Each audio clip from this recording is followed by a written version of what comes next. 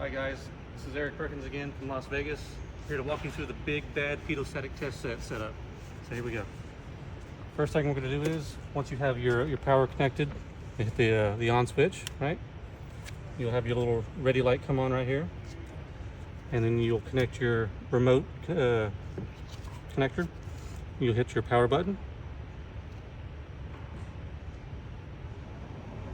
and that'll kick it on. You have to sit here and wait for a minute or two while that powers up.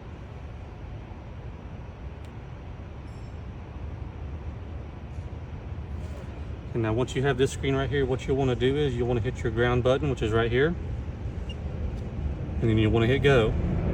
What that's going to do is equalize the pressure and set up your test set so that whenever you connect it, everything will be good to go. Alright guys, I'm going to run through a couple of the adapters and connectors that we have that you'll be using. First, we have your Pitot static connector for your standby indicator. You have your Pitot right here, and you have your two static ones right here. This will go directly into the Pitot static probe.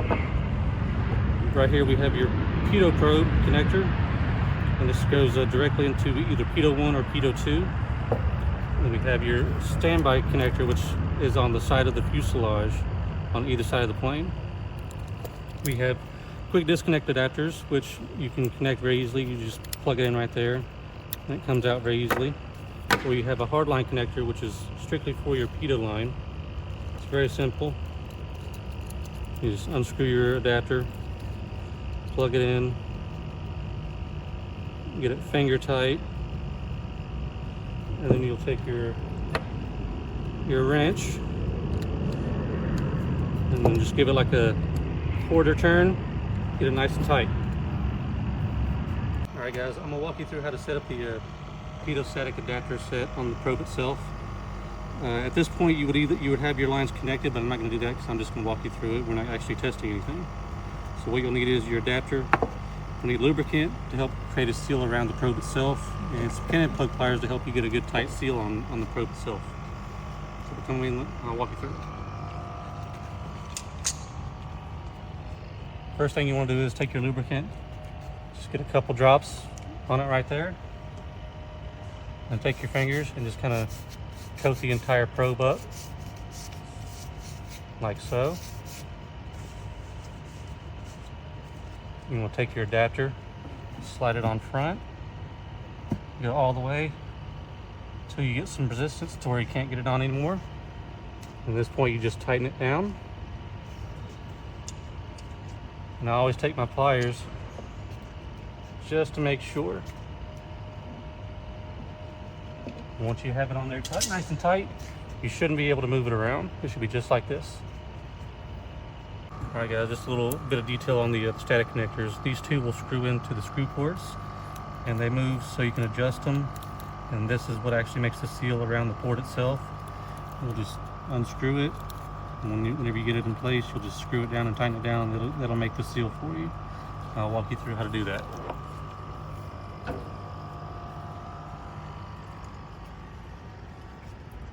Alright, so you'll take your adapter, and you'll get it in the screw holes like so. Start screwing it down. Now before you get it completely tightened down, you want to get your probe in place. So you'll slowly start to increase it until you get it in place.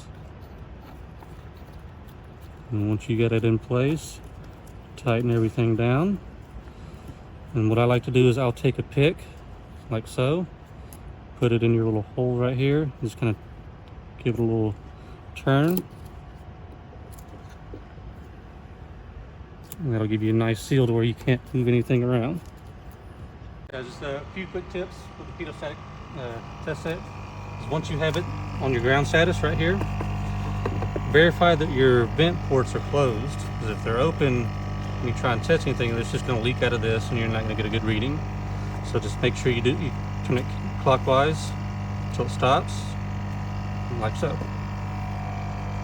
Alright guys, real quick, before you connect any of the adapters to the probes, make sure you come up into the flight deck and pull the circuit breakers for the heating elements.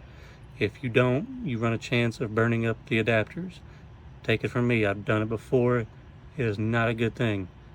Don't be like me, be better than me. So let me show you what those breakers are real quick. The number 1 system will be behind your captain's side seat. Be TAT1, heating Pitot 1, angle of attack 1.